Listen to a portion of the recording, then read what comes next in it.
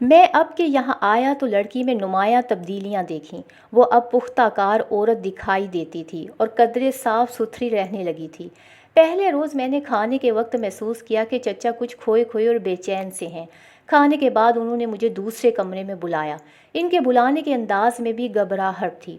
Fred, چچا نے دوسرے کمرے میں بٹھا کر مجھے کہا، کل ایک مزارے نے بتایا کہ اس کی 2 بھیڑیں کسی درندے نے مار دی ہیں۔ میں نے چچا سے کہا کہ کتوں نے ماری ہوں گی۔ چچا کی بے یقینی بڑھتی جا رہی تھی۔ نہیں، ہم نے کتوں کی ماری ہوئی بھیڑیں دیکھی ہیں۔ کتے بھیڑ کو مار کر کسی کونے کھدرے میں گھسیٹ کر لے جاتے ہیں اور اس کے اعضاء کو چبانا شروع کر دیتے ہیں، لیکن ان 2 بھیڑوں کو کتوں نے نہیں مارا۔ دونوں کی گردنیں بے ڈھب طریقے سے چیری پھاڑی ہوئی ہیں۔ یہ کام کسی درندے کا ہے جو کتے سے کہیں زیادہ طاقتور اور خونخوار ہے۔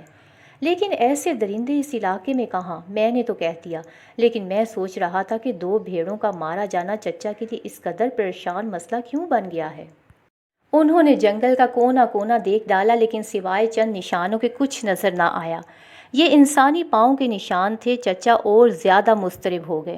فریڈ نے اجنبی کو سنایا کہ چچا نے مجھے ایک طویل قصہ سنایا جو مختصراً یوں ہے کہ 25 برس گزرے۔ چچا نے ایک عورت کو گھر میں ملازم رکھا تھا۔ وہ 30 برس کے لگ بھگ کی سیاہ فام عورت تھی۔ وہ دراز قد اور اچھے جسم کی تھی۔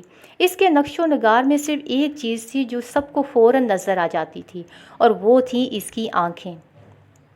اس کی آنکھیں ترچھی تھیں، بلکہ ٹیڑھی کہنا زیادہ بہتر ہے، یعنی کہ زاویے سے ہٹی ہوئی۔ چچا کہتے ہیں کہ اس عورت میں کوئی مافوق الفطرت قوت تھی۔ گاہے اس کا سراپا اور انداز جادوگرنیوں کا سا نظر آتا تھا۔ وہ ایک عام عورت نہیں تھی۔ ایک روز اس عورت نے میرے چچا کو بتایا کہ اس کے پیٹ میں بچہ ہے۔ چچا بھنا اٹھے۔ وہ اپنے گھر میں کسی فحشہ عورت کا وجود برداشت نہ کر سکتے تھے۔ چچا نے چاہا کہ اسی وقت اس کو گھر سے نکال دیا جائے، لیکن ان کو رحم آ گیا۔ سوچا کہ اس حالت میں کہاں ماری ماری پھرے گی۔ چچا نے اسے کہا کہ وہ بچہ پیدا ہوتے ہی یہاں سے چلی جائے۔ چچا تو غصے سے پاگل ہو رہے تھے، لیکن وہ عورت بہت ہی زیادہ مطمئن تھی، جیسے کوئی بات ہی نہ ہوئی ہو۔ چچا نے اس پر غصہ کیا تو وہ مذاق کے موڈ میں آ گئی۔ چچا کہتے ہیں کہ نہ جانے میرے دل میں خوف سا کیوں طاری ہو گیا ہے۔ وہ اپنے اعصاب پر کسی انجانی قوت کی ناگوار سی گرفت محسوس کرنے لگے۔ انہوں نے اس سے گلو فلاسی کرانے کے لیے اسے کہہ دیا کہ وہ الگ کمرے میں رہے اور آئندہ نہ ان کے سامنے آئے اور نہ گھر کے کسی کام کو ہاتھ لگائے۔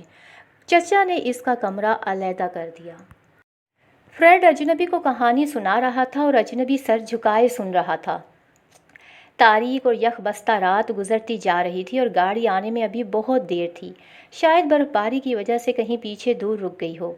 فریڈ نے مزید بتایا، چند ماہ بعد اس عورت کے ہاں بچہ پیدا ہوا۔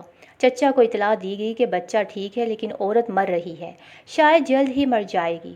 چچا گھبرائے۔ سوچا عورت مر گئی تو کہیں دفن کر دیں گے، لیکن بچے کو کس کے حوالے کریں گے؟ وہ بھاگتے ہوئے عورت کے کمرے میں گئے۔ دیکھا تو عورت بڑبڑا رہی تھی، جیسے غشی میں بول رہی ہو۔ سمجھ نہ آتی تھی کہ وہ کہہ کیا رہی ہے۔ جب چچا اس کے قریب گئے تو عورت نے آنکھیں کھول دیں اور چپ ہو گئیں۔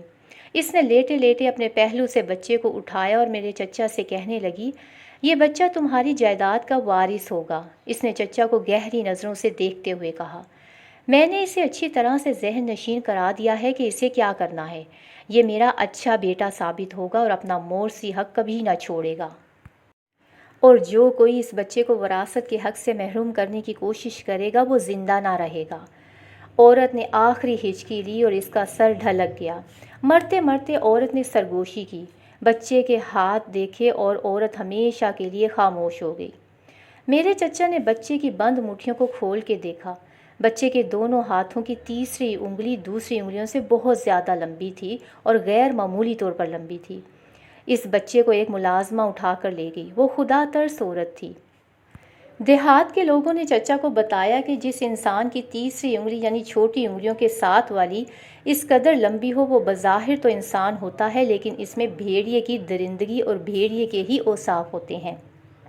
دیہاتیوں نے بتایا کہ ایسا انسان دن کے وقت انسان کے روپ میں رہتا ہے، لیکن رات کے وقت مکمل بھیڑیا بن جاتا ہے۔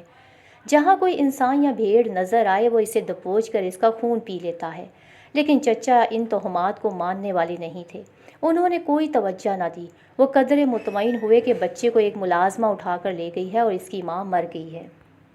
یہ ملازمہ 10 سال تک اس بچے کو پالتی پوستی رہی۔ آخر ایک روز وہ بھاگ گیا، پھر کسی کو نظر نہ آیا۔ یہ برسوں پہلے کی بات ہے، لیکن پرسوں اس کی ایک جھلک دیکھی گئی ہے۔ ظاہر ہے اب وہ 10 سال کا بچہ نہیں بلکہ 26-27 برس کی عمر کا آدمی ہوگا۔ چچا نے مجھے بتایا کہ یہ بھیڑیں اسی نے ماری ہیں، لیکن چچا نے یہ خدشہ بھی ظاہر کیا ہے کہ اس کا مقصد بھیڑوں کو مارنے کا نہیں ہے۔ بچے کی ماں نے مرتے مرتے کہا تھا کہ جو کوئی اسے حق وراثت چھیننے کی کوشش کرے گا وہ زندہ نہ رہ سکے گا۔ اس خطرے کے پیش نظر چچا نے اب ایک مہاجر لڑکی کو رکھا ہے۔ اسے شام کے بعد گھر سے باہر نکلنے سے منع کر دیا اور اس کی حفاظت کا انتظام کر دیا۔ فریڈ نے کرسی پر کروٹ بدی اور اجنبی کو بتایا، پرسوں رات کی بات ہے کہ مجھے غنودگی سی آ رہی تھی۔ میں نے باہر گھاس اور پتوں پر بھاری بھرکم قدموں کی آوازیں سنیں، ساتھ ہی بھیڑیے کی چیخیں بھی سنائی دیں۔ میں چونکا، لیکن خیال آیا کہ شاید یہ خواب کی آوازیں تھیں۔ پھر میں سو گیا اور صبح اٹھ کر پتہ چلا کہ رات ایک اور بھیڑ ماری گئی ہے۔ اس کی گردن بھی پہلی بھیڑوں کی طرح بری طرح چیری پھاڑی ہوئی تھی۔ چوکیدار کہتے ہیں کہ وہ رات بھر چوکنا رہے پھر بھی بھیڑ ماری گئی۔ ناشتے کے بعد ہم نے فیصلہ کیا کہ اس خونخوار درندے کا بہرحال کھوج لگایا جائے۔ چنانچہ ہم 30 آدمیوں کو کچھ گھوڑوں پر کچھ پیادہ ساتھ لیے جنگل میں پھیل گئے۔ کتوں نے بھی ہمارا خوب ساتھ دیا، لیکن ہمیں ناکام لوٹنا پڑا۔ ہم واپس آ رہے تھے کہ چچا کچھ زیادہ ہی پریشان ہو گئے۔ باقی آدمی دوسرے راستوں سے گھر کی طرف چلے اور میں اور چچا ایک تنگ سے جنگلی راستے پہ چل پڑے۔ شام کا دھند پھیلنے لگا۔ ہم استبل سے کوئی 200-250 گز دور ہوں گے کہ ہمارے گھوڑے اچانک بدک کر رک گئے اور گردنیں دائیں طرف گھما کر خوف سے ہنہنانے لگے۔ چچا نے اس طرف دیکھا تو ان کے منہ سے خوفزدہ سی چیخ نکل گئی۔ وہ ایک بھیڑیے کی ہولناک چیخ سنائی دیے جانے پر خوفزدہ ہو گئے۔ اس کے ساتھ انسانی قہقہے بھی گونجنے لگے۔ ماحول پر شام کا سکوت طاری تھا اور اس سکوت میں ہول کا عنصر نمایاں تھا۔ ہم نے اچھی طرح سنا کہ کسی انسان کے گھٹے ہوئے گلے سے خراٹے اور کربناک آوازیں نکل رہی تھیں۔ گھوڑے بدک رہے تھے۔ چچا گھوڑے سے کود کر اس طرف بھاگے، میں بھی ان کے پیچھے دوڑا۔ ہم جھاڑیوں کو پھلانگتے کھلے میدان میں گئے۔ ذرا پرے دیکھا زمین پر کوئی چیز پڑی تھی۔ ہم قریب گئے۔ وہ چچا کی جاگیر کی وارث مہاجر لڑکی کی لاش تھی۔ اس کی گردن اسی طرح بے رحمی سے چیری پھاڑی ہوئی تھی جس طرح بھیڑوں کی گردنیں پھاڑی گئی تھیں۔ فریڈ نے کہانی ختم کر دی اور اجنبی کو دیکھ کر مسکرایا۔ یہ واردات میرے سامنے ہوئی ہے، پھر بھی میں اس کہانی کے اس پہلے حصے پر یقین نہیں کر سکتا جس کا میں عینی شاہد نہیں ہوں۔ شک ہوتا ہے کہ مجھے ڈرانے کے لیے یہ قصہ گھڑ لیا گیا ہے۔ کوئی انسان بھیڑیا نہیں ہو سکتا اور کوئی بھیڑیا انسان کے روپ میں نہیں آ سکتا۔ چچا شاید مجھے اپنا وارث نہیں بنانا چاہتے۔ ظاہر ہے مہاجر لڑکی کے مر جانے کے بعد ان کی جاگیر کا وارث میں ہی ہوں۔ میں یہ جائیداد نہیں چھوڑوں گا۔ اجنبی مسکرایا، لیکن اب اس کی مسکراہٹ پھیکی نہیں بلکہ زندہ اور جاندار تھی۔ اس کی آنکھوں کی سرخی میں نئی چمک پیدا ہو گئی تھی۔ فریڈ نے صاف دیکھا، اجنبی کا جسم پھیلنا شروع ہو گیا۔ فریڈ کے دل پر یکلخت خوف اور ہول سا طاری ہو گیا۔ جب اجنبی نے اس کی آنکھوں میں آنکھیں ڈالیں تو فریڈ نے اپنے جسم میں سرد سی روح سرایت کرتی محسوس کی۔ اس روح نے اس کے جسم کو بے حس کر دیا۔ اجنبی کی مسکراہٹ خندہ دندان نما بن گئی۔ فریڈ کا جسم لرزنے لگا اور زبان کینگ ہو گئی۔ اجنبی کے 2 دانت باہر نکل آئے، ہونٹ کھل گئے اور ہونٹوں کے کونوں سے رال کی دھار نکلنے لگی۔ دوسرے ہی لمحے اجنبی بھیڑیا بن گیا۔ وہ اٹھ کھڑا ہوا۔ اس نے اوور کوٹ کی جیب سے ہاتھ نکال کر فریڈ کی طرف بڑھایا تو فریڈ کے رونگٹے کھڑے ہو گئے۔ اس نے دیکھا کہ اجنبی کے ہاتھ کی تیسری انگلی بہت ہی زیادہ طویل تھی اور اس کی انگلیوں کے ناخن یکدم لمبے ہوتے جا رہے تھے۔ گاڑی آنے میں ابھی دیر تھی۔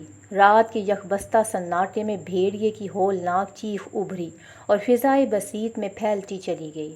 اس کے ساتھ ہی چند لمحوں تک دبے دبے انسانی خراٹے سنائی دینے لگے، پھر جیسے پوری قوت سے چیختی رات دھیرے دھیرے خاموش ہو گئی۔